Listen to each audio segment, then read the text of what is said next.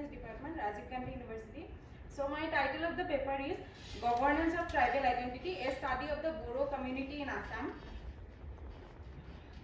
So first of all, talking about the Bodo communities, they are the largest plain tribes of Assam, consisting around 1.45 million of state population, and majority of this population is concentrated within the Bodoland territorial region, which constituted with 5 districts of Assam: Kokrajhar, Baksa, Sirang, Udalguri and Tamilpur.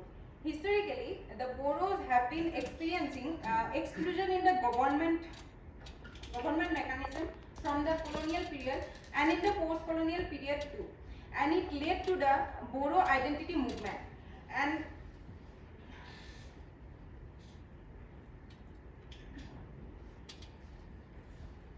so historically they have been experiencing the exclusion in the government mechanism from the colonial period and in the post-colonial period too, and it led to the Bodo identity movement. And before formal administrative structures were formed, the Bodos practiced their own customary governance system, which was rooted in their village councils, and further it framed into an autonomy movement, which was led by all Bodo Student Union, shortly known as APSU, in the late 1960s. As you can see in the picture, there are some prominent Bodo leaders from the APSU. So, because of this APSU's leadership,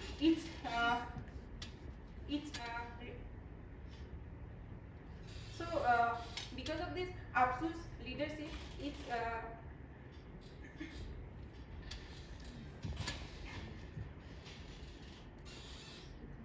so because of their leadership, it resulted the Bodoland Autonomous Council in 1993, and it after almost 10 years, it became Bodoland Territorial Council in 2003, and after almost 17 years, it became Bodoland Territorial Region in 2020.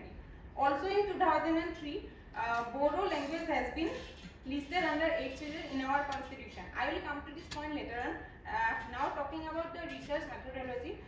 So for this paper, I use qualitative and interpretive approach in this paper, and the paper entirely is based on secondary data sources. Now coming to the point of objectives, my first objective is to study how autonomy movement shaped the Bodo tribal identity, and the second objective is to study how far the Bodo oral traditions and indigenous knowledge are included in the educational framework, and the third objective is to study the challenges and opportunities in Bodo identity governance. So following my first objective, I want to include that autonomy movement have shaped Bodo identity and framed their own autonomous body. The Bodo political movement began in the 1960s with the Plain Tribal Council of Assam, PTCA shortly known as, which first raised the demand for a separate state for plain tribes. In the late 1980s, the movement gained new energy under the All Bodo Students Union, which mobilized the community for self-rule, cultural protection and recognition of the Bodo language. And in that way, the three major efforts shaping the Bodo self-governance. First one is in 1993, Bodo Autonomous Council, and this effort given the limited autonomy to the Bodo people. And the second one is in 2003, Bodoland Territorial Council Accord, and this was a major milestone for them.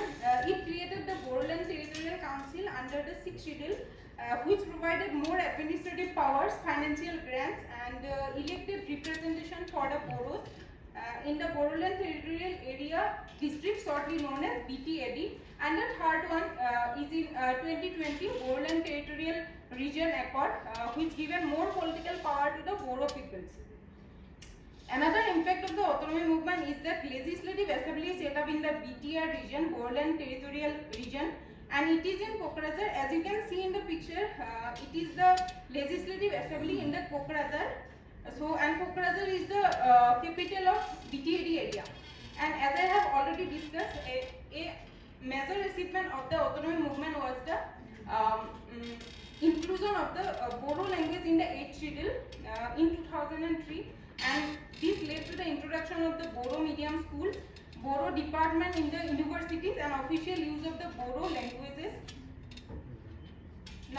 following my second objective, I want to include that Bodo culture is strongly shaped by oral traditions such as folk stories, folk tales, etc. But even though Bodo medium schools and textbooks have increased, the teaching style still follows the mainstream, mainly the English and the indigenous values. Oral traditions are still missing in their educational curricula. Talking about the role of Baishagu, Bathau Puja and Bodo Sahitya Sabha, Baishagu, the major Bodo festival, Bathau Puja centered around the worshipping of the Shijo plant, and it believed to be the preserve of the spiritual and ecological foundation of the Bodo's life. As you can see in the picture, there are some Bodo people worshipping the Shijo plant. So, and Bodo Sahitya Sabha is a literary institution which was established in 1952, and it plays an institutional role by documenting the folk tales, songs, oral histories, and publishing literature of the Bodos. And every year Bodo Sahitya Sabha has been celebrated in Assam. So now, following my third objective, I want to include that the tribal identity in the Bodoland territorial region faces many contradictions. Structurally, the Bodoland territorial area were created to provide Bodo autonomy, but real power remains still limited.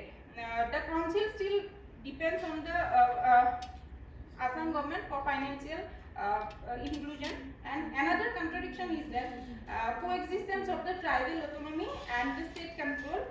In the tribal area, political power frequently gets centralized among the political elites.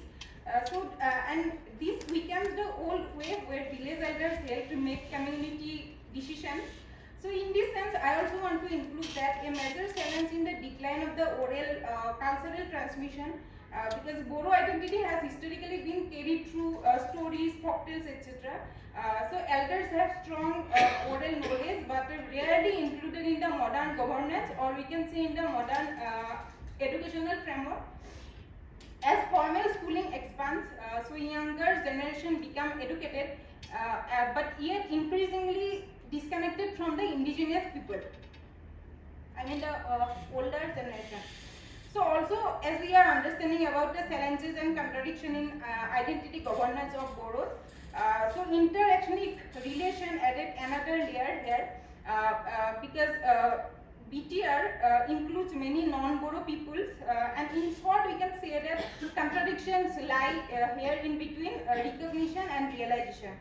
So therefore, in conclusion, I want to say that the governance of tribal identity in Assam shows both progress and limitation. Establishing the Bodoland Territorial Council and Bodoland Territorial Region gave the Bodo community political recognition, but this recognition is often seen more symbolic rather than practical one, because the real power is still controlled by the state government.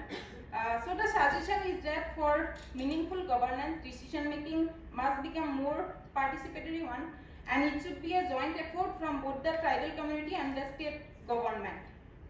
So thank you.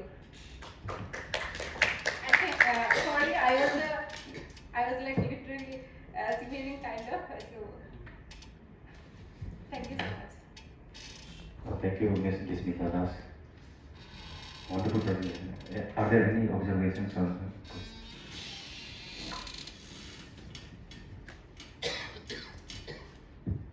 Thank you for your presentation. Actually, you talked about Bodo movement, identity assertions and all, right? So, for Bodo movement is concerned, do you feel that the direct resulting factors of Assam movement actually made them to feel they were the first aggrieved party? Okay. So what are the clauses, if you looked into that part, affected them they felt, for which they started the movement immediately after Assam Accord was signed, right? So have you gone through all the clauses of the Assam Accord? Which particular clauses you feel that triggered them to go into identity assertions and demand separate autonomy and whatever it is, BTAD, ultimately it was formed, and what type of bloodshed also it took place during the